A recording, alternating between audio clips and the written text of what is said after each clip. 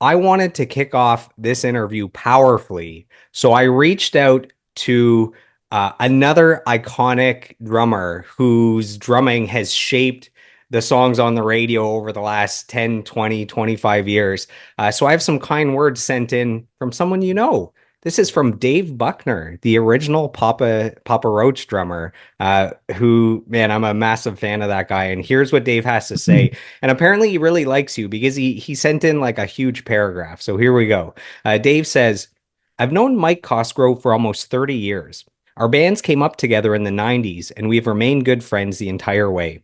He's one of the most underrated drummers ever to sit behind a kit, a true master of the percussive arts, and he's a solid human being to boot. Mike has an uncanny ability to effortlessly blend multiple styles together in his playing. He'll take a straight rock song to a whole other level by blending Latin, Afro-Cuban, R&B, or prog feels and fills into the part. And he makes it look so effing easy. Believe me, it's not. Cause has been an important influence on my drumming over the years, even though I have never come even close to matching his skill. Joel, while you have Mike in the chair, you should ask him to tell the story of how we became blood brothers. It's definitely one for the rock and roll history books. F him up, Causey. I'll see you on the flip side, brother. That sounds like him, right? That's from Dave. Wow. Oh, God, that's just like that was so kind and nice and that's so Dave and I just got like chills. That's so it's like took me back like real quick. That's so Dave. Um, That's funny. yeah, we just we were just on tour doing some of these Western dates and we stopped at Dave's house to see his pad in Idaho.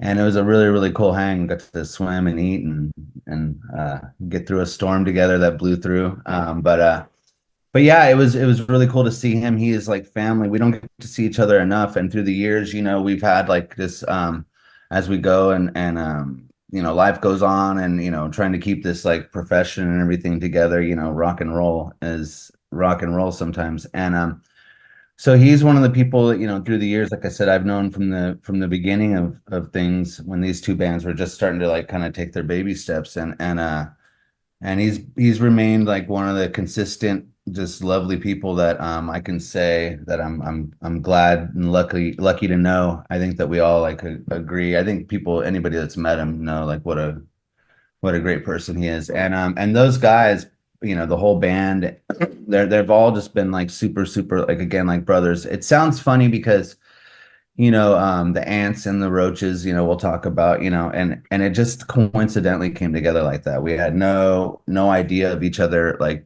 when we were naming each other's bands, you know what I mean? Or and not naming each other's bands, you know what I mean? Yeah. Bands. But so so it was interesting, and they were from up north, and we were from down south, which is in California. So such a long state. You might as well be like across the country at that point, especially without the internet, like kind of being what it is today. So we were worlds away, and so they would come down and play shows here, and we'd go up there and play shows, up in like Northern California, Vacaville, like Sacramento area is where they're from and we're from Riverside, California here, and so we would start to like swap shows, and we found out about each other from different. I think their manager Brett Bear was at parties that we were at in like LA and blah blah blah. So it just kind of like was like a weird network. So we just kind of had heard of them, and they heard of us through other people. And so we kind of got like kind of teamed up together like that. And then once we played together, because you do that stuff, plenty, and you meet a lot of cool people along the way, but it is what it is. And so when we met them, we just found something kind of like just like-minded and in their efforts, and it just seemed like they were like poised in the same way. I mean, they were doing their thing like totally different and but just the same energy, if not more. You know what I mean? It was just like a really, really cool thing. And we just kind of like bonded right away. And so we played some shows, and the funny part is the first show that we played together was at a place called Friar Tuck's in like Pomona, I want to say California. Tiny, tiny little bar. And we saw Papa Roach, and that's our first impression of them playing. And excuse me. And they just were badass right there on like the floor of this little like kind of divey bar, you know what I mean? And just from then on, and they've kept that same energy, you know, from that first time I saw them, you know, till now, I can still see that same energy and feel it. So it's really, really cool. They had something very authentic from the very beginning. And I think that we had something similar but different, you know what I mean? I think in us, I know that we were driven as well. And so that particular night, you know, we had them, they come open support us, you know what I mean? 'Cause it's our kind of local area. And I don't know, there's probably like 50, maybe 100 people, if that, you know. And so that's where it all started. And then we went back to Dryden's house to go hang out and you know, have some beers and do whatever, you know. And so they had to leave in the morning. And when they left, I think they got like $30 for that show, you know, enough to kind of get them Ballin'. money. Yeah, you know, big time. And um so when they were leaving, that they didn't have those $30, so they were trying to find it. And I thought, fuck, man, you know, I want them to you know, have their money. I don't want them to think that they came here to party and somebody took it or something, you know what I mean? Just like whatever it is, so, or that they lost it. And then eventually down the road, you know, they found it, and so we were stoked and that they had their $30 and all that stuff, you know. So that's kind of a funny story, you know, in itself. But then later on, you know, we would hang out, we'd play shows together all the time. We'd play out of state together, we'd play, you know, and it was building. We were starting to snowball and everything was awesome. And so as each band was starting to get like create this interest, you know what I mean, and things were stirring, we were like talking to labels and they were talking to labels and doing these showcases and this and that. And we kind of knew about this stuff. And I don't even think the showcasing had started, but anyway, we were hanging at Dry's one night and we were in like a van. We were all had both our vans and stuff. We were just after some show and we were just kind of just talking about, you know, if one makes it before the other, you know, we're gonna, you know, get the other band or take them up to where we are, get them signed, or, you know, do our best to vouch for them, however, you know. But we just made this like oath, you know what I mean? And when you think about it, you know, it's kind of silly, like romantic stuff that you do, you know, when you're in the moment or whatever. But it's, you know, rarely are you in a position to be able to follow through with what you had like made this pact about, you know, and all that. And, you know, and Papa Roach were the ones who made it first. You know what I mean? They're the ones after like being courted and all this stuff. And we were being courted as well, but we just didn't end up getting a deal. You know what I mean? Nobody offered us a deal at the end of the day. We were just kind of like just sitting there going like, whoa, like at least something, you know? And there was nothing. And they were already like in motion and doing great. And we were just like sitting there kind of on the sidelines, just going, God, you know, like we were so happy for them.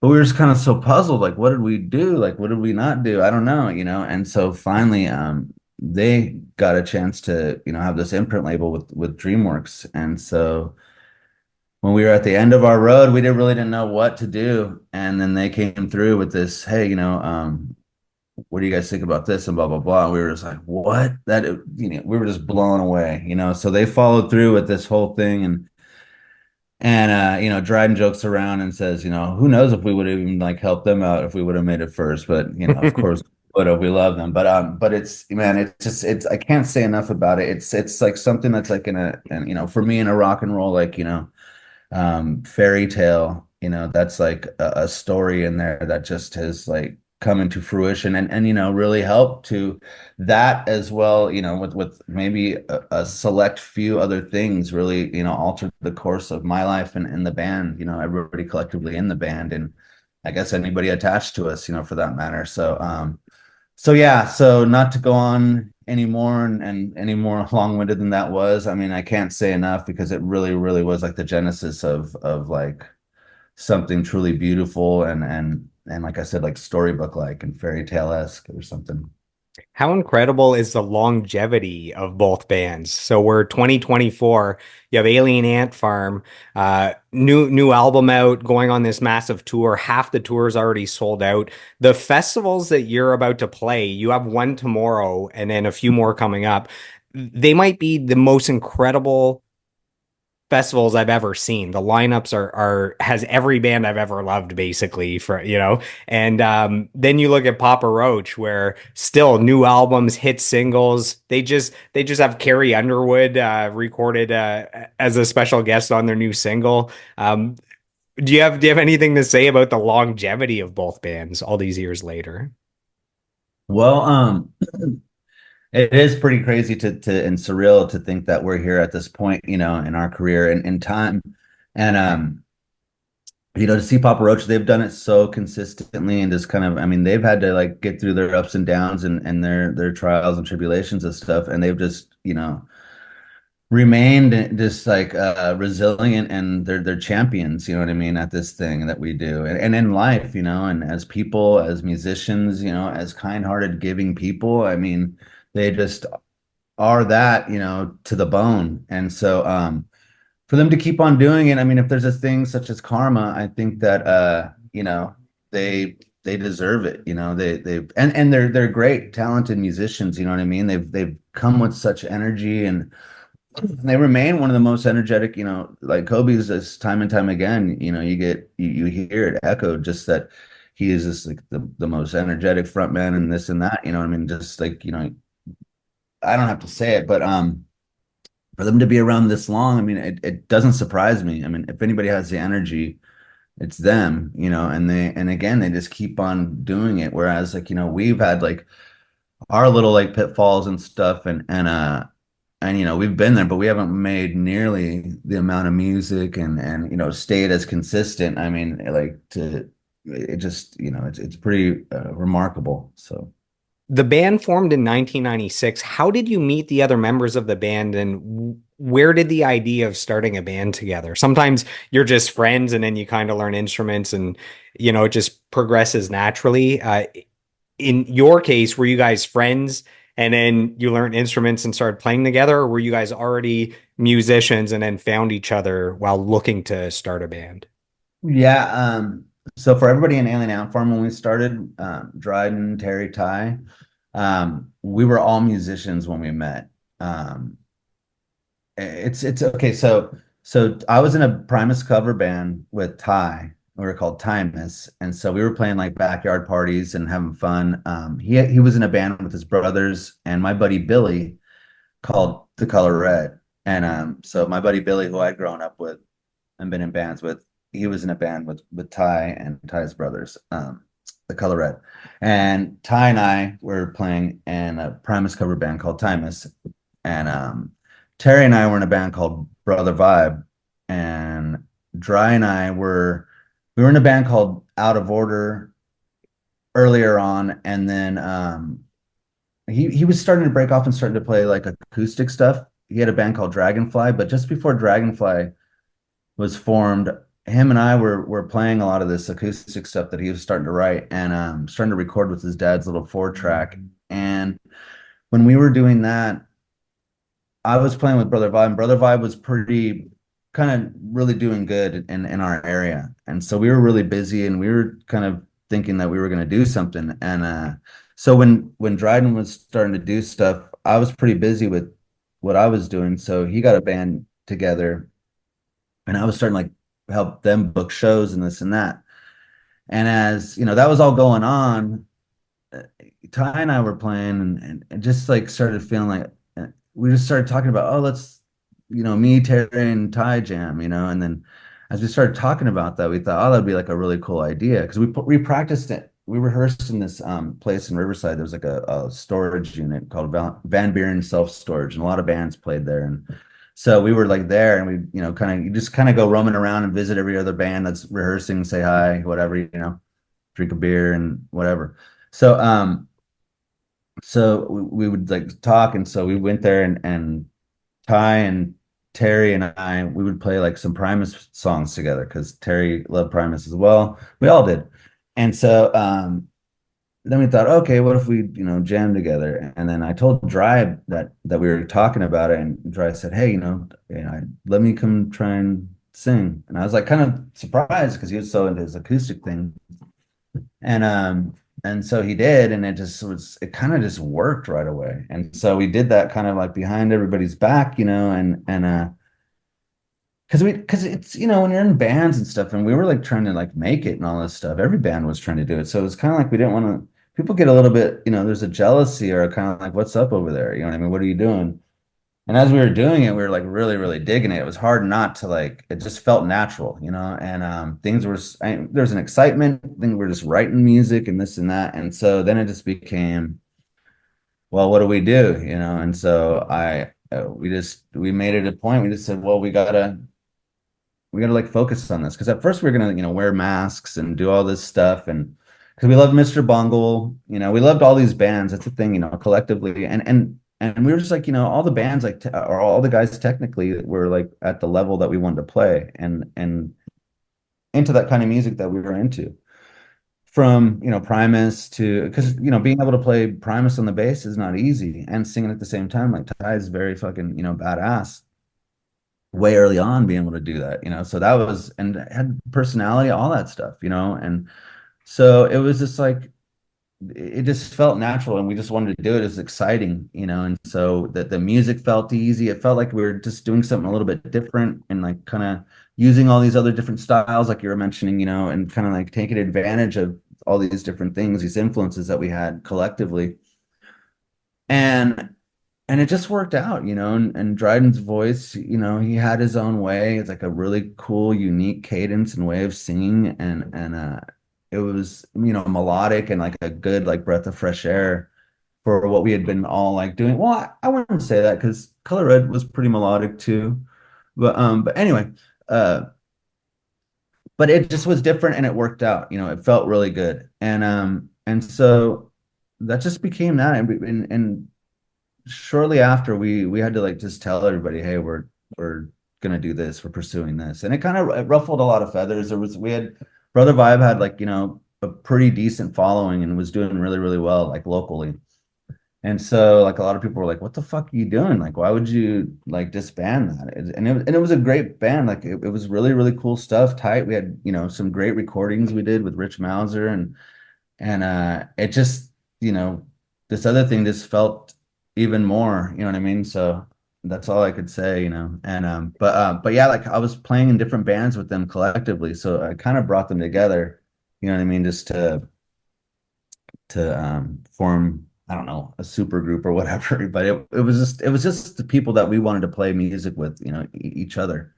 And it was working. It was hard for Terry because Terry wanted to stay with Brother Vibe and kind of balance both of them. And I was kind of just like, man, I want to do this. And Terry was like real like torn, but he kind of knew, you know what I mean? It's just like it was hard to do at the time with everybody working and this and that. So to focus and anyhow, so that's what happened. It was tough because like I said, we loved all the other stuff that we were doing, the people that we were doing it with, but it just was the decision for us. So And at what point did you guys settle on the Alien Ant Farm band name, which is so unique? Were there other names that almost made the cut that we can share with the listeners? And my last question is there a story behind that name? I remember reading way back, I became a fan when I believe I was 16 when Anthology came out. And I believe way back then, I remember hearing that we look at an ant farm in glass and we're looking at all the ants go. And if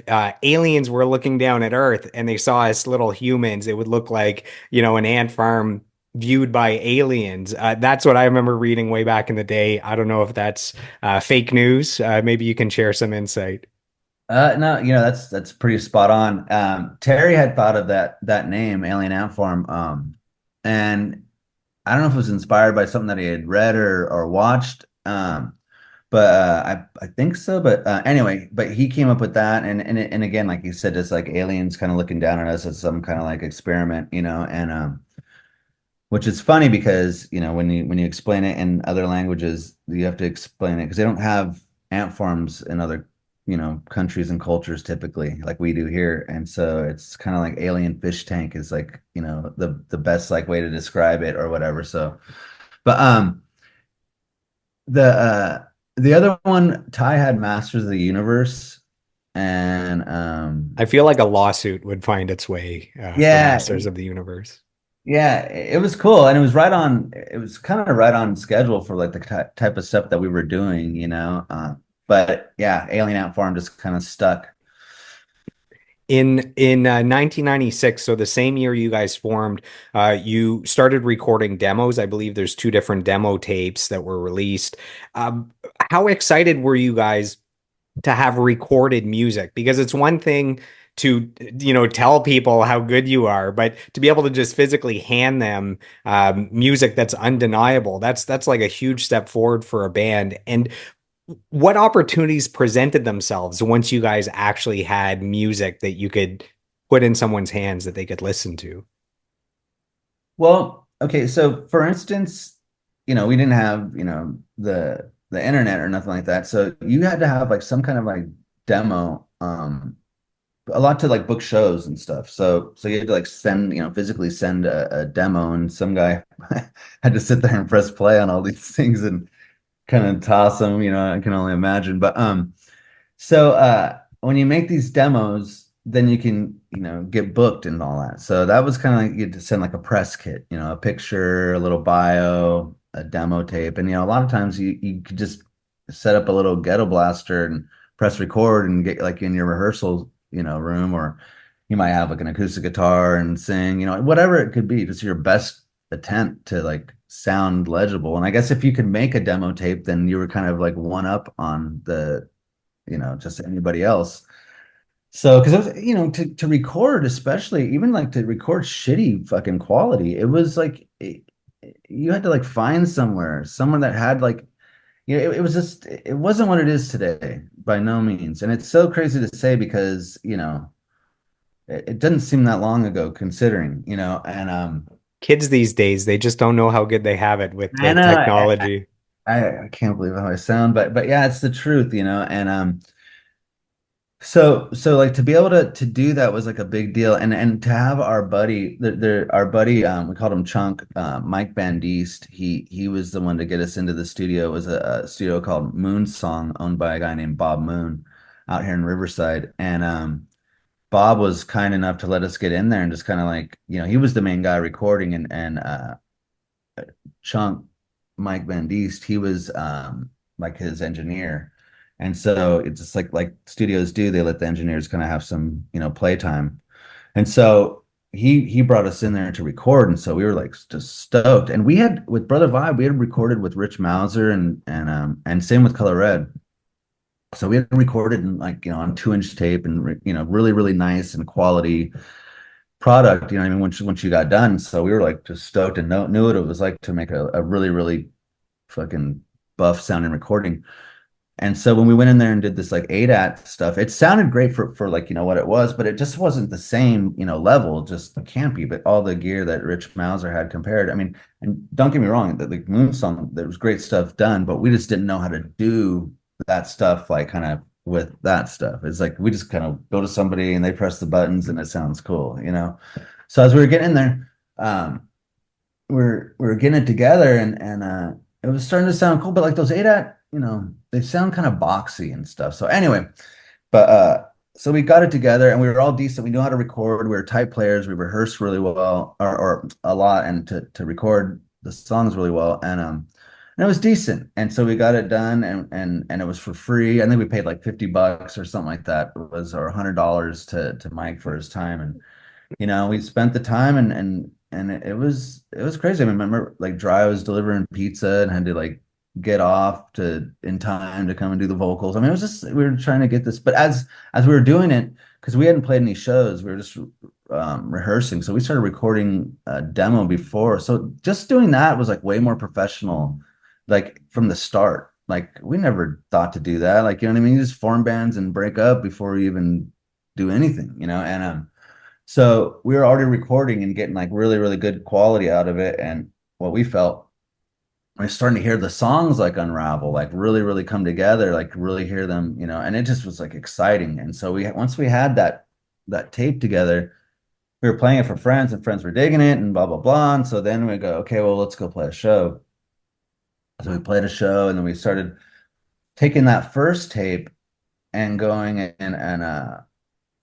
and doing just like playing shows and selling it. But I remember I would go and like give that away. Like I'd go like to like the beach and I'd have like a backpack and I would just go like see people that are skating or people that looked like kind of people that might like our stuff or whatever. And I would just give them our demo, just for free. Just here you go. Like, I don't know.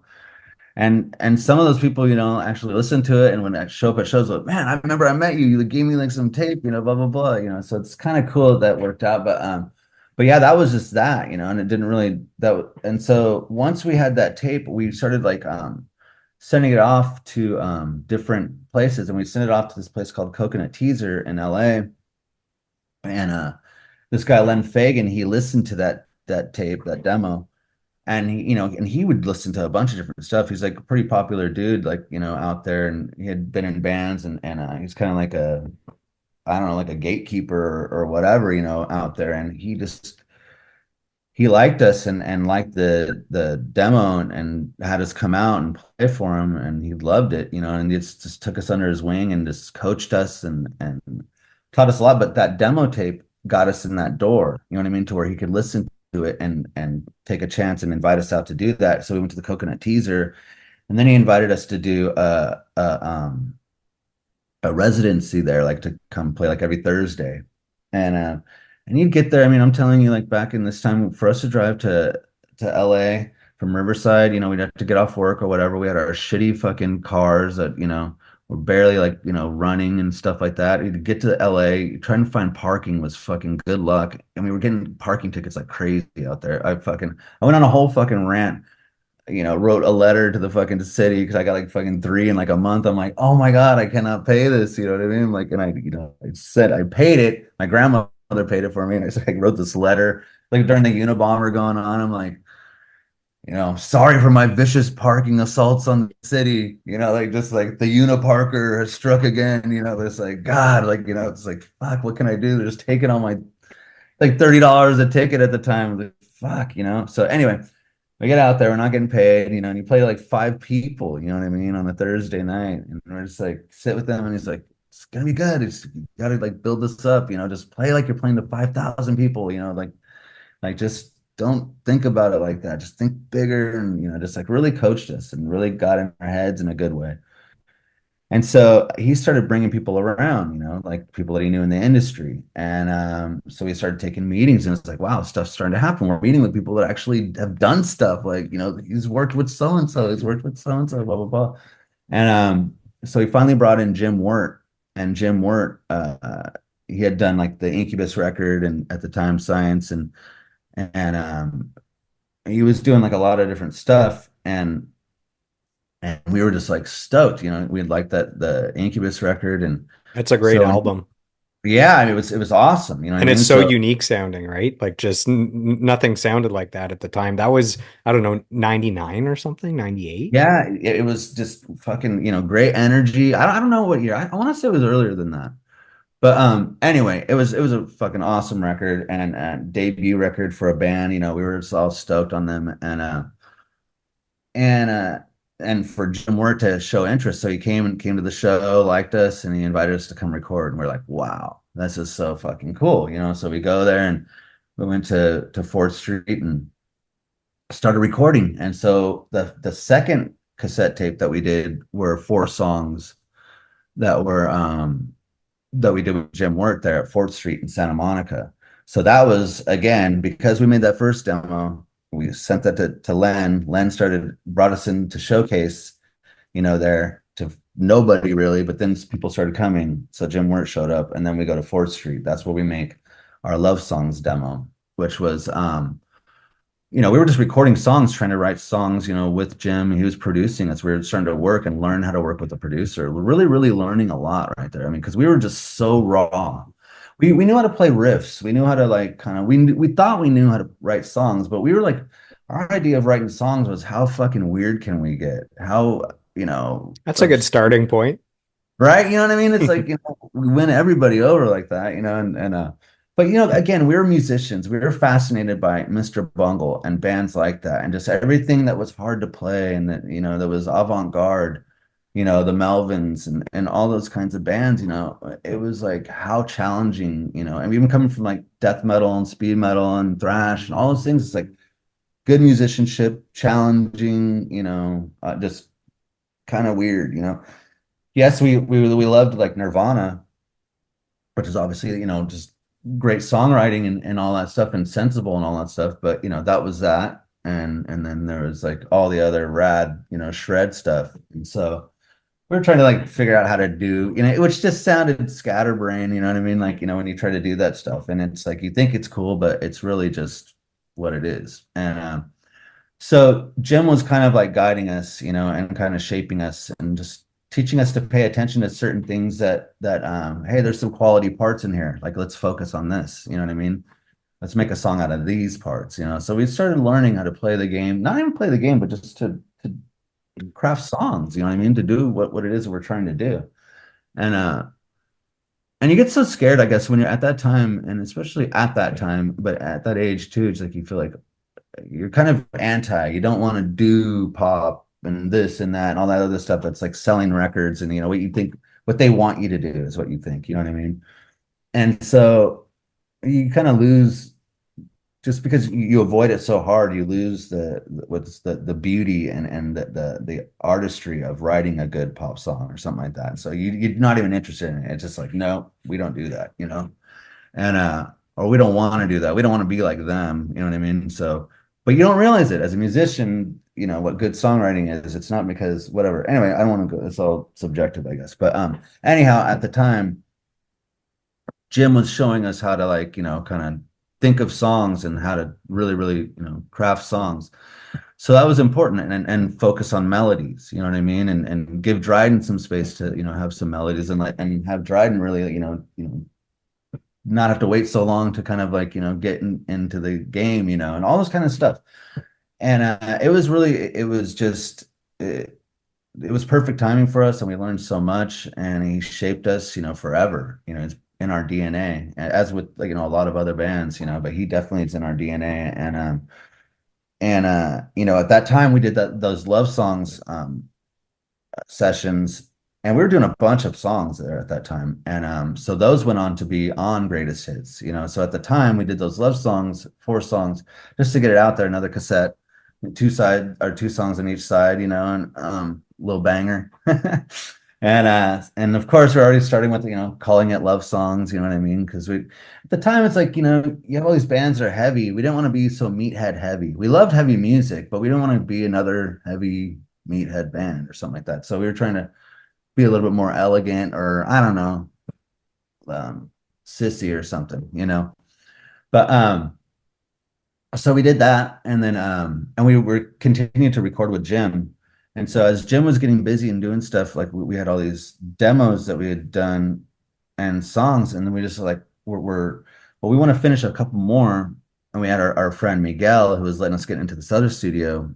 And I know I've told this story before, I'll try and keep it short, but we were sneaking into another studio across town that we could go into and touch up some of the sessions that we were doing with Jim. So we were taking our reels and going over to this other place and putting them up. And then Miguel would have this studio, it was like a Latin studio, and there'd be a session that was like off limits. You could not touch the board. And we would go in there in the middle of the night and reset everything. We'd take notes on where everything was set on the board, big ass board, all these dials and this and that, and knobs. And so then we'd go in there in the middle of the night after everybody's gone and work through the night. And then at the end in the morning, go back and have to twist them all back, you know what I mean, to where they were best we could. And then Miguel would just like drive around the corner, come back when his boss was there, like he showed up for work again, you know what I mean? And and get through the session, So he was just such a saint for doing that, such a champion for us. But so then we started doing that, and so that collection of songs became Greatest Hits. And at the time, Jim was just getting busy. And so we were just like, fuck, man, like we want to do a record. We want to finish a record. Nobody was really biting. We didn't have nothing. So we're just like, well, we'll just put out this CD and call it Greatest Hits, and we'll put it out on Chick Music and it'll just be that, And so it was just, we took those 4 songs from Love Songs, put those on just with the rest of it. And yeah, that was that. So Let's dive into the studio albums. Let's go through the discography. You mentioned in 1999, you guys released your debut album, Greatest Hits, which I found humorous. Obviously, it's your debut album, so you haven't had any hits yet. Where did the idea come from to call it Greatest Hits? I know you mentioned, there's all these metalhead, meathead albums that are all about macho and power. And then you guys come in with these kind of humorous titles to show maybe that's kind of your unique calling card. I'm not sure. Yeah, I think see the thing is like we do have like this kind of like clowny kind of like thing about us, but the music part is very serious, we take it seriously. And I think it's just we didn't know how to like go and act serious as our music is to us like throughout all day. You know what I mean? It's like if we were like a goth band, then you got to be goth all day, and then you got to walk around, you're goth, you go to the grocery store, you're goth, on Easter morning, you're goth. You know what I mean? It's like we didn't really want to like carry it into like every, part of our day that we're serious because we were writing breakup songs and all this kind of stuff. So it was important and meaningful to us, and we cared about our craft like so much, like passionate as passionate can be, and but again, we weren't walking around just like being our band all day long. And so we like to be just goofy and we liked goofing off. We liked bands, like the Chili Peppers and different bands that kind of seemed like silly and like they were having fun doing, didn't want to be serious all the time and be like, I'm so depressed or I'm so tough or I'm so into the devil or I'm so whatever it is. I love hairspray or I love fucking hair dye or I love this or that, whatever it is. So I didn't really want to have like an identity like that anyway. And so, just and again, goofing around. So greatest hits was just a way of just again, just being cheeky or whatever. And we didn't again, we didn't know. We didn't really know what we were trying to do image wise. I think that might have been like a big reason that people didn't know what to do with us or to sign us or not to sign us. You got to have all of those things, those boxes checked. And I think that the music we had, but we thought, okay, that's enough, right?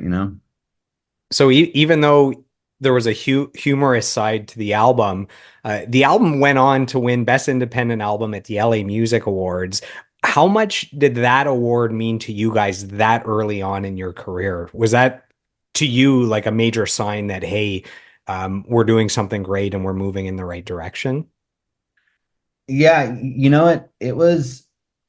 It meant a lot because, well, so we had like had something with it with like our demo the year before and it didn't do anything. I mean it didn't win, but it was like nominated or something like that. You know what I mean? We were just like in the mix. We were happy to be because for us being from Riverside, here's what was important and kind of felt like a victory about it was that or triumphant, I should say. Triumphant was that Sorry, that should be the seventh album should be Triumphant. and then there we go, right?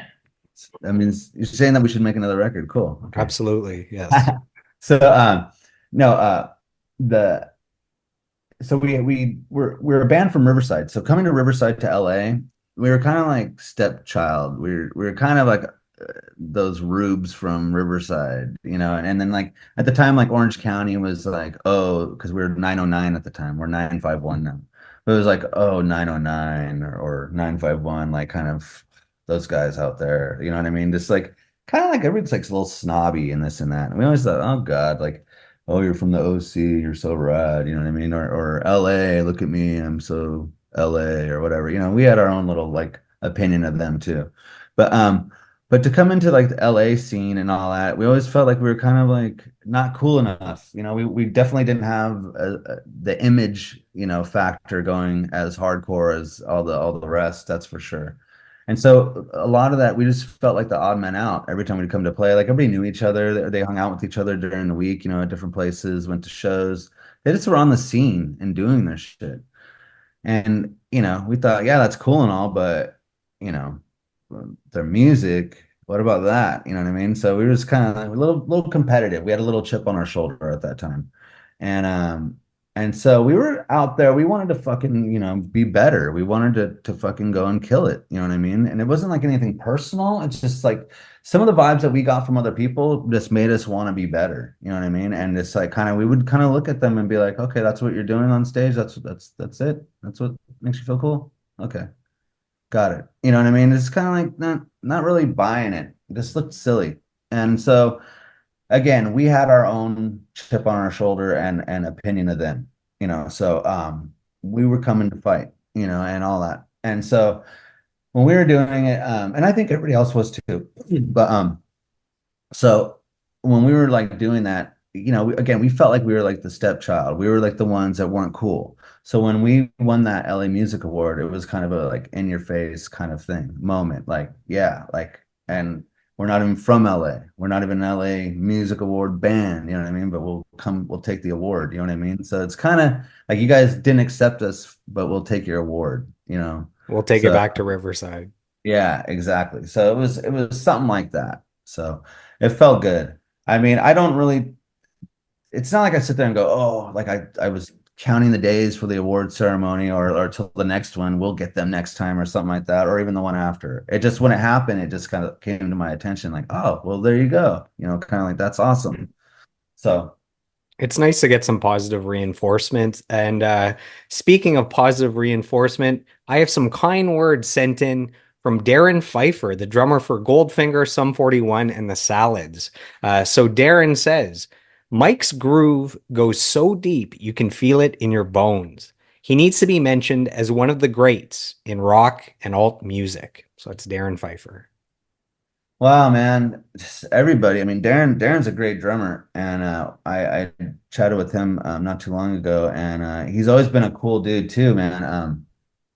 Uh, just meeting him, just again because again, there's like I was saying, there's like that kind of standoffishness, you know what I mean? And when you meet people like Papa Roach and like Darren and those guys, it's like such a pleasant like breath of fresh air, you know what I mean? Because it's like you feel like, oh, we don't have to act like we're posturing or something like that, and he was never like that. And I remember just super, super cool and talented. I remember just kind of going like, wow, this guy's and talking to him, like he knows a lot about the instrument and just super enthusiastic about it. I remember too, like we talked about the Craig Kilborn. We did this all-star drumming thing for the movie Drumline. We did a promotion thing live, or it was a big drum line with a bunch of different drummers, and Darren was part of that, so we had a good time kind of hanging out with other drummers and nerding out and all that.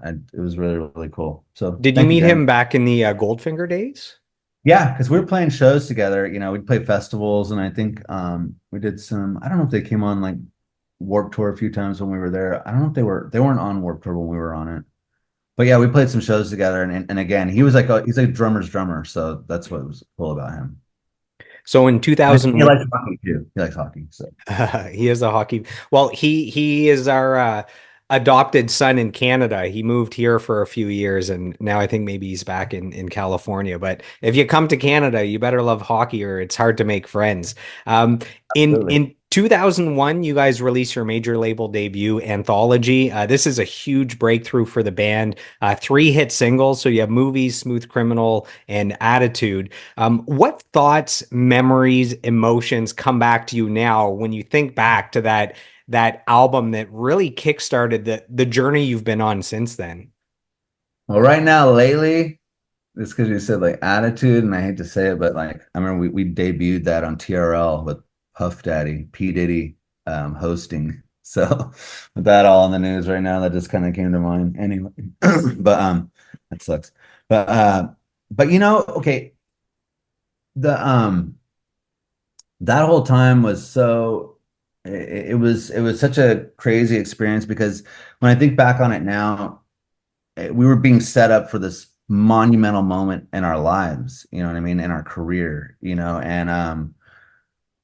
and when we were doing it, we were so just young, you know what I mean, and what we felt like we were older. Like I was like 23 at the time, and I was like, God, when is this music career gonna kick in? You know what I mean? Like I'm just I feel like a loser, struggling artist and all this and that, and so once Papa Roach went and like made us good, then we got to go on the record and go make this record, at NRG with Jay Baumgardner and James Murray Engineering and everybody, that whole team, making that record. We walked into something that was like so special. And again, in hindsight, I realized what like I feel like we went into this like other planet, like a chamber, and came out on the other side of it just like these developed, men. Like we just became like, I don't know. It's just like the difference between us before and after. You know what I mean? It's just like we learned so much. We got our ideas. We got to like, you know,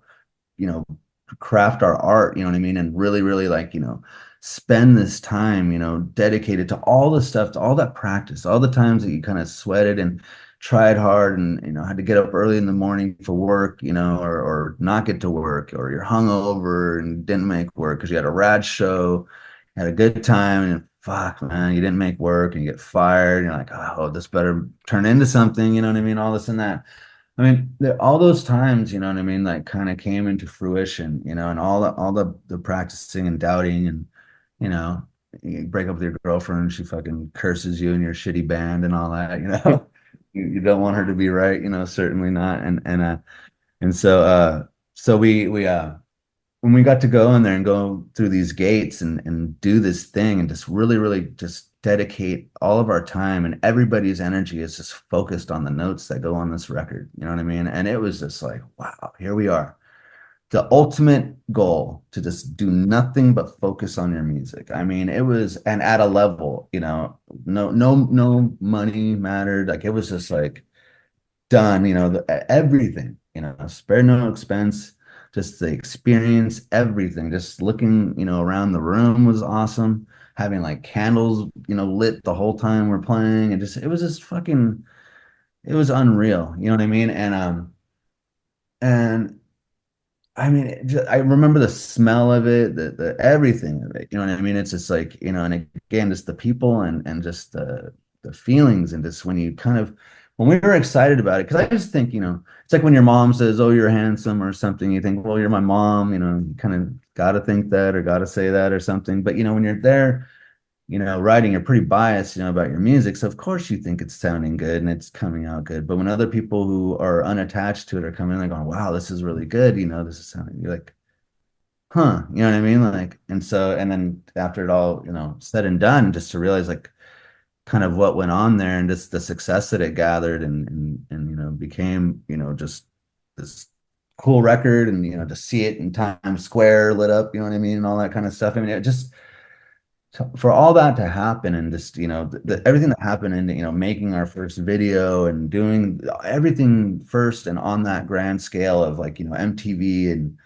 major label and blah blah blah and all that kind of stuff, to see it, it was so overwhelming, and we were just swept away, and the success of it. And again, the team that it took to make that happen, I mean, it can't be go unsaid, because it's just like there was such a team, at DreamWorks at that time, that responsible for, Papa Roach and for us and many other artists, Nelly Furtado, like all those bands that, all those DreamWorks artists that were coming out, at that time, Jimmy Eat World, there was a lot, and that team was just so just on point. And we just learned so much about the business, and that just everything that happens behind the scenes and all the roles that different people play. And that how much goes into each step, and when later on, seeing when things aren't going right, and seeing this, the energy and the lack thereof, you know what I mean, compared to when the machine is fucking firing and just well oiled and just on point and just you know it's just like, you see it night and day. And so like, at the time that was our first experience. We thought, oh, this is going to be like what it's like all the time. Like we made it through the door, and it's just like, and I wasn't foolish enough to think that everything lasts like that either, but it just felt so real and so unstoppable at that time, that team just felt like it didn't matter what you put in front of them, like they would make it successful. You know what I mean? So when that team started getting disbanded and broken up, I started to go, oh shit, like where's our people? Like that they're supposed to, they're like family. You walk into DreamWorks and everybody's like loves to see you. You're like the boys are here and all this and that. And it was just such a different feeling, everywhere you went, it was just the whole family was just spread across the country, throughout the world, just there was such a red carpet everywhere. It was really cool. The album comes out, there's a number one single. The songs are everywhere, the music videos are everywhere. The album sells 1 million copies, goes platinum in the US, here in Canada. multiple other countries, there's virtually no one will ever experience what it's like to have that moment in time that you had.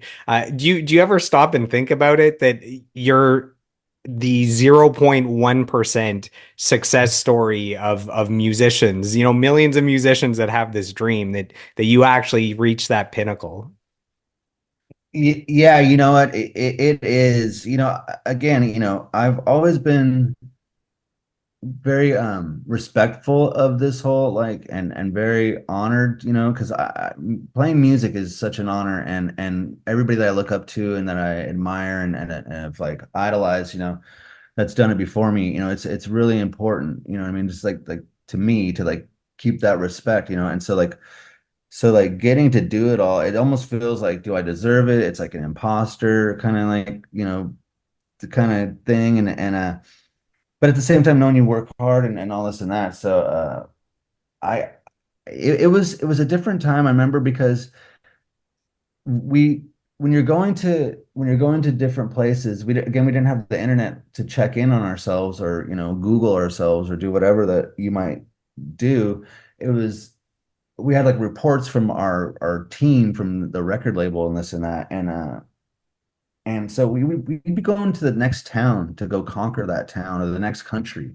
So everything behind us, we had like gone and done the promotion, played the shows, done all that kind of stuff, you know what I mean? And so in our wake, it was some success in there. And so we were like, cool, that's rad, but we didn't really get to like know about it until we were just too busy like kind of like paving the way.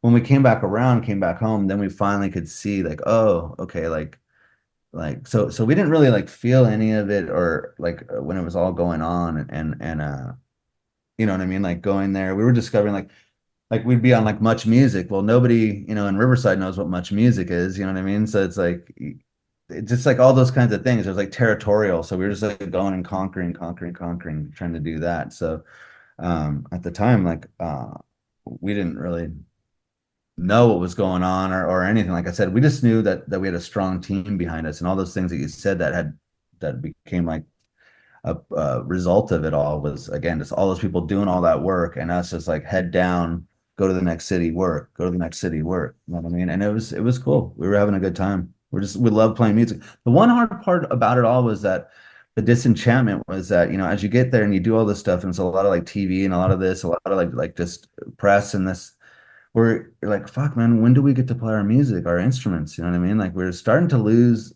with success, that amount of success, that level, it it becomes like uh, the last thing you do is play music, it seems like. Hmm. So we started getting like a little frustrated sometimes, like, when do we get to play music? When are we gonna play music? So anyway. So we have a fan question sent in from Angus Thompson. Here's the question.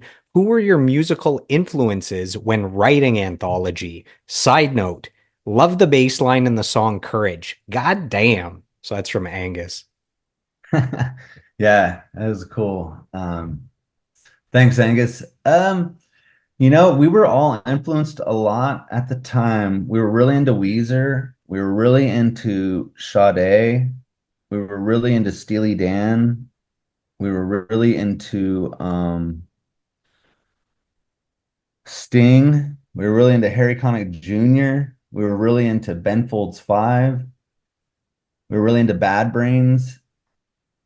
See, we had at the moment, that's kind of like what we were into while we were recording it. Those were the things that we were listening to a lot. I do remember because Sade, Lovers Rock had just come out. But yeah, that's what we were listening to when we were doing that. So the first single from that album was Movies, and it comes out and does pretty well, but then the second single is Smooth Criminal, which is this massive global success. And then you guys re-release Movies again afterwards to kind of ride the wave from Smooth Criminal. Um, I have to be honest, I discovered Alien Ant Farm because of Smooth Criminal. And I actually didn't know that it was a Michael Jackson cover until later because I was 16 when it came out, which means I missed Smooth Criminal being a Michael Jackson single back in the day.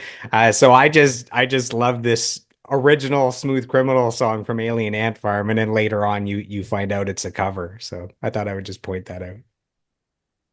Yeah, well, a lot of people, same thing, you know what I mean? Because they're younger, they didn't have that first, experience. Like we grew up with Michael Jackson, It's funny because Dryden and Dave Buckner, they both went to the same Michael Jackson concert at Dodger Stadium, like not knowing each other, but as kids.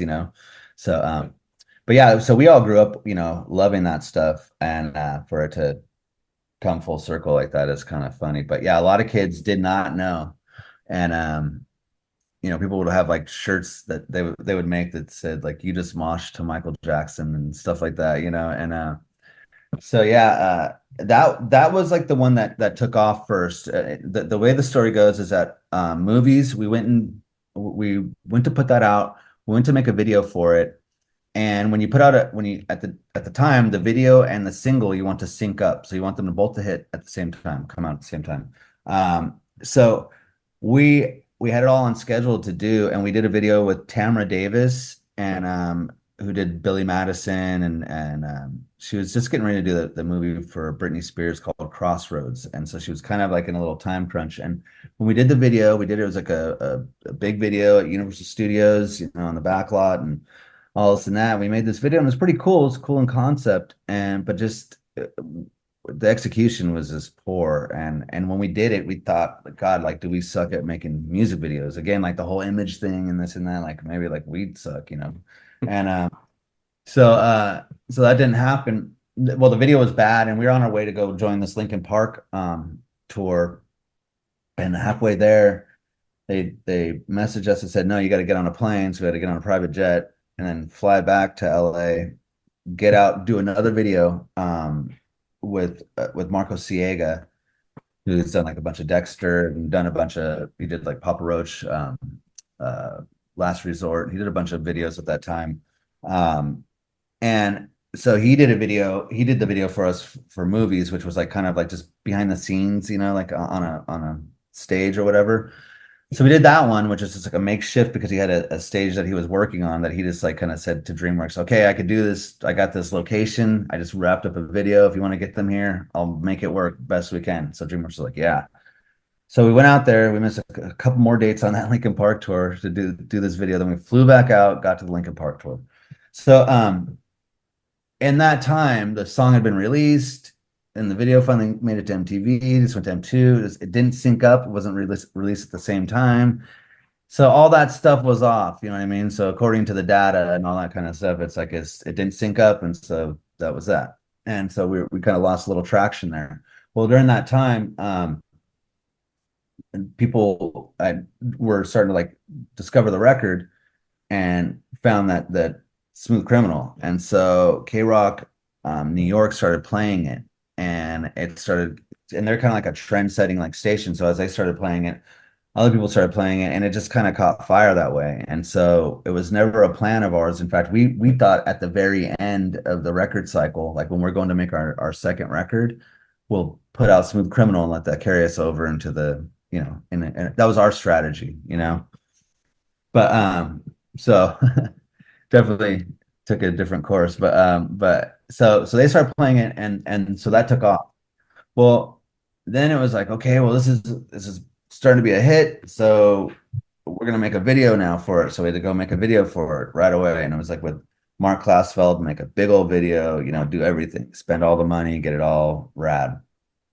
And so we made that video, and then we parlayed that into a co-op with MTV, and so MTV did it with Tough Enough, so it was like a wrestling thing, and so it was just getting played on MTV like a lot. So everything was, even though that didn't come out the same, like sync up the same way, but it just had some fire behind it. So then that all happened. It was doing good, everything was good, and then 9/11 hit. Okay, and when 9/11 hit, because we had just done the VMA, opened that, we played that, and shortly that was that weekend or the couple days after it, 9/11 hit, and excuse me, there was like this list that got sent out to radio where they kind of like just blackballed a lot of these songs, and it said it was like during sensitive times, we can't play this list of these songs. Like Drowning Pool, Let the Bodies Hit the Floor was off the list. Smooth Criminal was off the list too. I mean, there were so many songs. I mean, I'm sure you I remember. remember Stained from this album here. Stained, the song Fade. The music video has they're performing in a clock tower that's collapsing. That Oh, video got banned. I yeah. remember there was the band Joy Drop had a song called Sometimes Wanna Die. That got banned. Just anything about death essentially was removed. Yeah, just insensitive times, you know what I mean? So I mean, I get it kind of, but with some of them especially, but and you've been struck by a Smooth Criminal, like it's Yeah. kind of, That's kind yeah, of a reach, but but you know what I mean? And Let the Bodies Hit the Floor, I understand, all those things. But again, it's nobody saw that coming. So when that happened, they took the song off the radio, and so when that was going on, the radio stations were still like, wanted to support the band. And so they're like, is there anything, when we play movies again and do whatever. So they started playing movies again. So we made another video for movies, like a proper, like good video. Got the Mr. one in the movie theaters? Yeah. Okay. So we did that video. So that's the third video that we did for movies. That's funny. Yeah. And so that's how that happened. So it was our first and third single was movies, and our second biggest single was Smooth Criminal. So that music video for Smooth Criminal, it's such like an undeniable, iconic music video. It has 400 million views on YouTube, which is huge. And then the song itself has hundreds of millions of spins just on Spotify. It's so crazy how successful that song is. And we have a fan question about it. This is from Mike Lalonde, who's a local artist, goes by the name of Petty Cash. His question is, can you ask Mike if Annie is in fact okay? Yeah, yeah. I think so. I think she's tired of hearing her name, maybe, tired of being asked the question. Now, people ask that. I don't mind, but a lot of people they think the song's called Annie. Play Annie. Play that Annie song. We have some kind words sent in. All the drummers showed up for you here today. I guess there's like a strong drummer community. This is from Dave Murata, who's the drummer for the platinum band Saving Abel. That was my last guest on the podcast. And he says, I first met Mike at a show in Nashville a few months back and was in awe of his playing ability. I've always been a huge fan of his work on all of the Alien Ant Farm albums, and they were definitely an impact on my childhood thanks to Tony Hawk Pro Skater. I think it was number 3 that you guys had the song Wish in. He says the way he constructs drum fills and snazzy licks are definitely what caught my attention when first hearing his band. It later gave me the courage, see what he did there, to start adding fills like that into my vocabulary. Hope to see you again soon. Rock hand emoji. You're the man. That's from Dave. Oh, awesome, Dave. Yeah, I do remember meeting him out there in Nashville, and that's so cool. That's very, very nice. And like some of the fills and some of the stuff, some people say, "Man, you got away with murder." And I gotta say, Jay Baumgartner was awesome to let me do that. I didn't realize that, you know what I mean? Like, and I listened back to some of the stuff, I go, "Oh, dang!" Like, that's not, So I didn't know anything different. I was just trying to do what I was trying to do. But that's very cool and very kind and awesome. So my last question about that album, and then we'll move on to the next one. Does it mess with a band's head when their first major label debut album is their most successful of their career? I guess what I'm asking is, does it mess with you in the fact that maybe you have all that success with the debut major label album and you think every album moving forward is going to be just like that? Or does it mess with you because that was the pinnacle and then the other albums don't sell as well and you start to doubt yourself and question yourself? You can answer that any way you want. No, I, it's a tough one to kind of like answer that way because I mean, even if, I mean, your records don't sell so much, now, so to gauge it that way is you can't really do it that way. But I mean, but as far as success goes, whatever you call it, however you measure it these days, I mean, definitely that was the most successful on a popular, standard that way. You know, when we were starting out, we didn't expect to become like a pop band like that. That was never like our goal, or we didn't even imagine that, that it'd be that big or we'd become that popular at the time or whatever. And so when that happened, it was a little bit like I was just taken off guard a little bit, and then you do start to like kind of think about it, like shoot, like what if this eclipses us, and then all we have is people think that we're just a cover band or something like that. I've thought about those things, and while it was happening too, because that was why we wanted Smooth Criminal to come out maybe at the last song of that record cycle, because we were aware of what that could do, but we weren't scared of it either because we thought we could kind of outplay it or something. I mean, it definitely like is taken over, you know what I mean? Like as far as like the known song, what we're known for, but like I said, at the time, the bands that we wanted to be like, or that we grew up, loving, and they developed, you know what I mean? So it wasn't just like they shot out of the gate like huge, you know what I mean? Not typically anyway, you know what I mean? So it's like, we thought, a few records in, that's when you really, really get your commercial success. But, the first couple are like kind of grinding, working your way up. But so with that said, it's like, when you come off of that, you do have your second record, and you do kind of look around, and there was a lot that went into it. So for our second record, I mean, we were just on our way to playing like a bunch of festivals like higher up on the bills and this and that, and that's when we got in the bus wreck and all. And so when that happened, and I'm not gonna like say like it would have been any different had that not happened. I'm just saying like we would have wrote out that touring and all that. I think would have been in people's faces a little bit more and fresh, and had a chance to do other stuff rather than kind of just go away for a bit and just kind of like have Smooth Criminal be like kind of the last little thing. I know we had Attitude do came out too, and it did decent, but yeah, after all that, and I think that like when we when you have your second record, you would think that okay, well, you were in a bus wreck, you have like a bunch of stuff to write about, like, but you don't really like think that when it's so fresh, and you don't want to cash in on that, or talk about that. It wasn't really like thought of like that, and so you're still battling with, well, it's your sophomore record, you know what I mean? It's like you're like, okay, I got everything out on that first record, now we got to write a second record, like, in Well, yeah, that they time. say you spend your whole life leading up, to your whole life is writing that debut album, and then you have, a year or two to write the next one. Yeah, I mean, unless you have a couple songs that didn't go on the first record, that are in the bank. But then again, that's like, why didn't they make the first record? All that stuff. So it's like you're trying to like, write. And you want to get better, obviously, want to just continue to progress.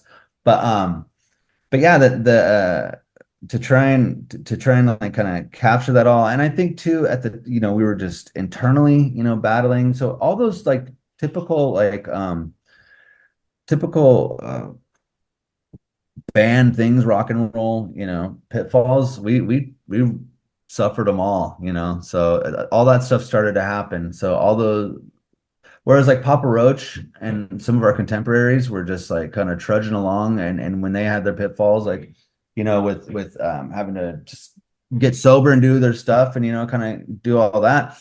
Um, they continued to work. We kind of went just got strung out, not strung out on drugs necessarily, but just like the band just split, you know, went its separate ways, and so it was constant trying to get the band back together. So I think that was like the struggle, um so yeah. So in 2003, you guys released the album Truant, two singles, These Days and Glow, which was a top five single. We have a fan question from Scott Manson. His question is, what was it like working with the Stone Temple Pilot legends, the DeLeo brothers, for the Truant album? Did they influence your music or style? Oh man, so yeah, getting to write or learn, to work with them, and write a record under their like tutelage, you know what I mean? It was pretty surreal, and it was like going to school. It was everything. If you watch, you can watch like the Rick Beato with Robert DeLeo, and it's just like a lot of the stuff that he's saying and that they're talking about, I was like, I remember like kind of just having just Robert playing and showing us some of these songs and just like how to play the songs right. That, Stone Temple Pilot stuff, like the chords and just like different inversions. And for our own music too, it really, really became something. Uh, it was a big lesson and just again songwriting and just the craft of being a musician and like just God, how do I say it? It's just like just tone wise, you know what I mean? Like just learning about tones in there.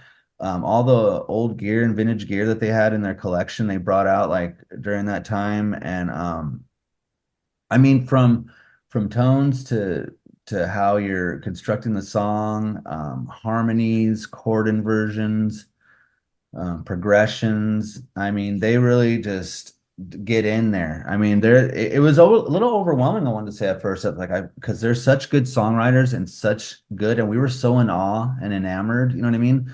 To where it was almost like here, take my guitar, just go ahead and do it, like almost like you do it, you know what I mean? But then, we got to business and they did a great job just like kind of coaching us and big brothering us and doing all the things that they needed to do to get that out of us because it was a lot and they stepped into like a pretty fragile band, you know what I mean, with everything that we had gone through at that time or up to that time. And so and they had been through plenty themselves and we learned a lot about the whole rock and roll stuff and they told us a lot of stories and shared a lot of insight. And so, to see kind of like the battles and struggles that they had within their band and hear about it firsthand and then to know what, just monstrous, musicians and just like just how great they are and just what they've kind of juggled within that and just all of it that they've like kind of encompassed being musicians, being a band that they were able to share with us and kind of rub off on us at all. It was something else, you know what I mean? Like I feel like again, they're in our DNA, you know what I mean? Yeah, I can't say enough about how just legendary they are when you hear their music. When I hear their music now, it's like just knowing and having worked with them, it's like I feel like I'm like even closer inside of it because it is really, really just top-notch songwriting. And at the time, I want to even say this too. I'll say I was a little bit like apprehensive about going to work with them because for us and our band and our aspirations to what we were trying to do, like Stone Temple Pilots was not like, you know, on our radar that way. We loved them, thought they were great at what they do, but we weren't trying to be like them at all. You know what I mean? That wasn't the thing. I wish that we were more like them in hindsight, you know what I mean? Because like they just are so just monstrous at just their abilities and just the sensibilities and capabilities and just where the depth of their artistry and their knowledge and abilities to like play the music and construct it all. And I mean it's just it was it was intimidating a little bit too. And I was worried like the guys in the band were gonna get swept up like kind of like, oh well, like it's Stone Temple Pilots, let's try and impress Stone Temple Pilots by writing songs like the Stone Temple Pilots, you know what I mean? So I got kind of a little bit like I didn't know what to do. So at first I was like, oh shit, I don't want to get in that whole like kind of caught in their tractor beam, you know what I mean? But it slowly just or quickly I should say it turned into what it turned into and it was so fun and they were so like good to let us all be our own, musicians and yeah, but yeah, it was I couldn't be more grateful for what I learned in that session. Again, with tones and like now as we go record and do everything that we do now, like being in those sessions and having them show us different guitars and different, just ways of capturing different tones and just everything that we learned in there, it was can't say enough. So we only have a few minutes left, but there's still three studio albums. So I'm gonna speed through the next two albums so we can spend a little time on the newest album, Mantras. So Okay. you guys release Up in the Attic in 2006. There's two singles, Forgive and Forget and Around the Block. Then in 2015, you guys release the album Always and Forever, two singles, Let 'Em Know and Homage. And then this year in April, you guys release Mantras. And Man, I love the sound of this album. So I went to school for audio engineering. My favorite thing in the world is having a good pair of studio headphones on and just consuming full albums at a time. And the new album sounds absolutely incredible. There's this warmth to it. Even though the music is heavy or aggressive, there's just something pleasing about the sound. uh, and you mentioned to me this was recorded in your home, so can you give us a little bit of insight into the writing and recording of this new album? Yeah, so it was recorded right here at this desk that I'm sitting at right now. So in this house, and mostly Dryden did some vocals around the corner at his house where he lives, and we did it with SJ and Lucas who came. He engineered. We did the first four songs with them here, and then we did the last on our own with our buddy David Cobb, who also helped out.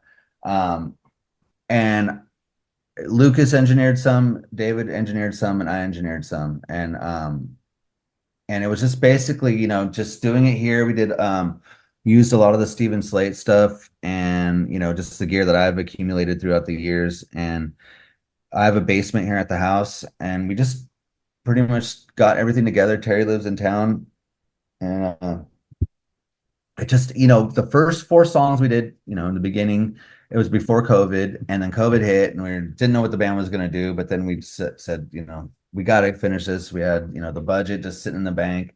So we got together, we got the gear that we needed to finish it all. So we did it here at the house here, and we spent a lot of time. And again, the stuff that we learned from the DeLeo brothers, we kind of employed into this record. Just again, tones and old amps, little low wattage, amps, and using that stuff. Just my DW drums, my pink kit is what I used, for the whole record. And it was, and it was because we did it at NRG the first couple records, well, the first record and third record we did at NRG, and it's like such a beautiful experience in immaculate studio. And so to do it here was a pretty cool test and testimony to what we can do to ourselves here and what we've learned throughout the years. Because I wanted to be a drummer. You know what I mean? I didn't want to be a recording engineer. I didn't want to like have a studio. I never wanted any of that. It just kind of unraveled along the way, and I started learning, getting curious, and just by default, this is what it's become. And Dave Buckner too. Like I remember back in the day, he would be like recording. I'm like, I don't want to have to do that stuff on our own, man. That sucks, man. I just want to like play the music, have somebody else do that. So, but now, man, it's been so fun, and I'm so fascinated by it, and it's been so great to like learn and to say that we've done this record here at the house. And Lucas mixed it over in France, so there's a lot to be said for that. But yeah, we did it here, we got more stuff that we're doing here, and I feel like so proud of the way this record sounds, and the things that we did together. I feel like again we've learned a lot. We've learned from some of the best. We've recorded with a lot of the best, so that for us to be able to do it shouldn't be so crazy, because we have spent a lot of time learning from a lot of like great people that do this stuff. So but that being said, like I'm super stoked the way that it came out, the songs, just the writing process. It was a lot that we went through personally, in order to get to this record and to finish the record. We had to overcome a lot of things personally, each of us, and I couldn't be more proud and more like driven and poised, and happy with the work that we've just currently turned out, and for what the future feels like for us. It really does feel like I feel very blessed and thankful and just grateful for everything that we've had, and the opportunities, and they seem to keep coming, and with these festivals that we're talking about and this tour coming up overseas. I mean, I feel grateful. I mean, I feel way more inspired to play drums than I have in a long time. For a while there, you play drums because it's your job, or you write a record because that's your job. You write music, but we didn't ever do it like with that mindset. Well, it's our job. We got to turn this in.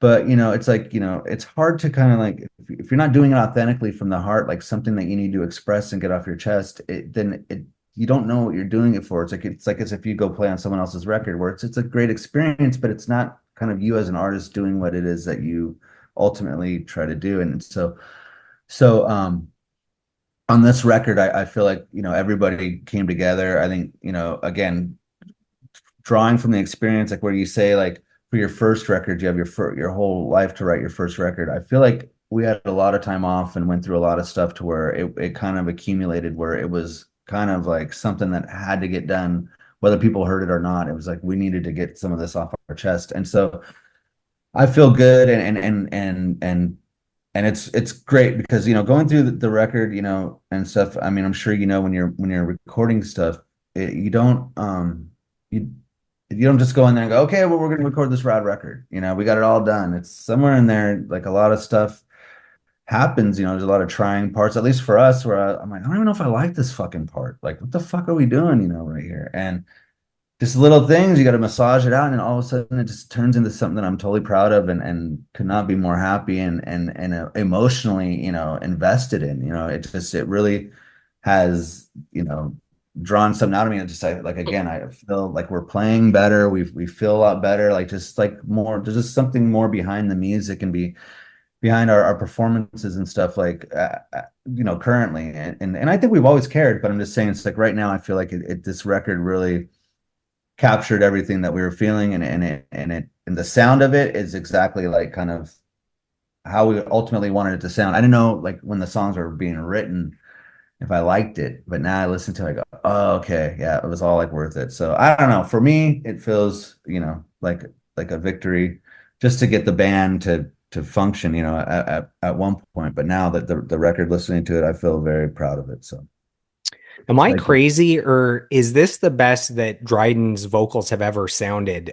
Between his vocal performance and then the technical stuff, maybe mic choice, engineering, mixing, mastering. Am I crazy, or do you think that as well? I think that it's a result of, you know he really, well, he's, for one, he's grown as an artist. You know what I mean? He's learned, exactly what he wants out of himself. He's a lot more, he's not the same kind of kid that's going in there, as an artist that's like rad and quirky and a trippy dude going in there and doing his thing. He's like really, really like harnessed like his, again, his artistry and what he does, his craft. And so he went with some of these songs and, had a whole different take on it, and then just kind of like wiped the slate clean and then just went back to it and did some other stuff. I think that he was really spent a lot of time like getting his feelings out and really making it authentic. I think that's has a lot to do with it too. He really was focused on what he was trying to do and how he wanted it to sound, and all that, getting his own takes. He did some of the stuff, excuse me, here, and he did a lot of it over at his house on his own. You know what I mean? Where he just kind of sat there.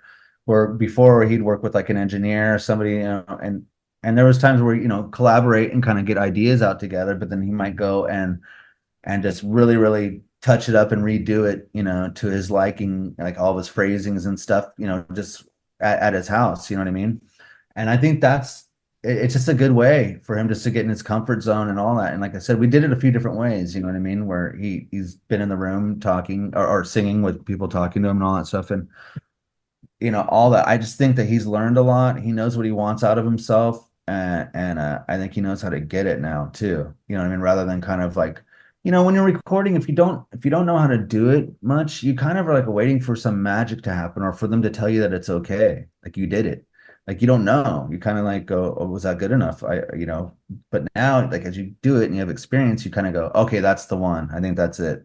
Let me hear that one. Oh, that one felt right, or something like that. So I think it's just, again, development and maturing, and then also having something like honest, authentic, that was getting off his chest. I think all those things. So every year, I listen to almost every major album released that year. And then I make a best albums of the year podcast episode. And I have to say that I currently have this new Alien Ant Farm album, Mantras, in the top 10 best albums released in 2024. I don't say that to every guest, in case you're like, oh, he's just talking to me. He's saying that. I truly think it's so far one of the best albums I've heard this year. And the actual sound itself is incredible. The songs are great. The performances are great.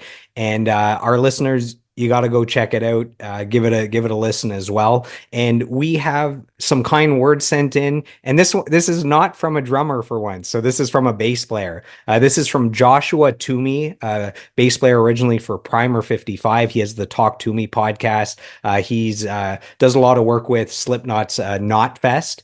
And this is what he says. He says, Mike crushes for the Alien Ant Farm rhythm section and is an underrated drummer. As a band, Alien Ant Farm has always been one of my go-tos from that era. Love them. And then he says, I think I'm seeing him on Friday. So I don't know if he's at one of your shows or a festival or something. So that's Oh Joshua yeah, Toomey. that's awesome, man. Thanks, Josh. And yeah, I know who he is, and that's awesome. Yeah, he's probably gonna be playing or be at the Louder Than Life in Kentucky there. Hopefully, no He's storms. he's usually there doing interviews with all the heavier bands. Yeah, okay. So yeah, that'll be it. Sorry. Yeah, that's awesome, man. I'm who was this talking that they're talking to him right now? One of my guys. Anyway, so wait, hold on one sec. All right. So yeah. Well, thanks, Josh. And I'll probably see him on this Friday then. And the guys are just getting here to rehearse. We got to practice our musical instruments. That's all good. So, as we wrap up, I just want to take a moment to acknowledge you for your lifelong pursuit of mastery as a drummer. I want to acknowledge you for dreaming big and showing us what's truly possible as a musician. I want to thank you for all the incredible Alien Ant Farm music that has become the soundtrack to the lives of millions of people around the world, including myself. I want to thank you for continuing to release new music with Alien Ant Farm with the new album Mantras. And last but not least, I want to thank you for this interview, for sitting down with me for the last 2 hours. It's been a pleasure just nerding out over music with you. So, Mike, thank you so much for your time. I really appreciate it. Man, thank you so much. This has been so thoughtful, and the way you've constructed this and put it together, I appreciate it. And all the kind words from everybody that you gathered, I can't say thank you enough to them and to you for taking the time and doing the research and doing the deep dive like you've done. So I hope I didn't go too tangent, crazy on some of those answers, but yeah, I do appreciate it. And again, thank you for taking the time. You're very welcome. So, to the Alien Ant Farm fans, to the Mike Cosgrove fans, to the podcast fans, thanks for tuning in, and we'll see you on the next episode. Thank you.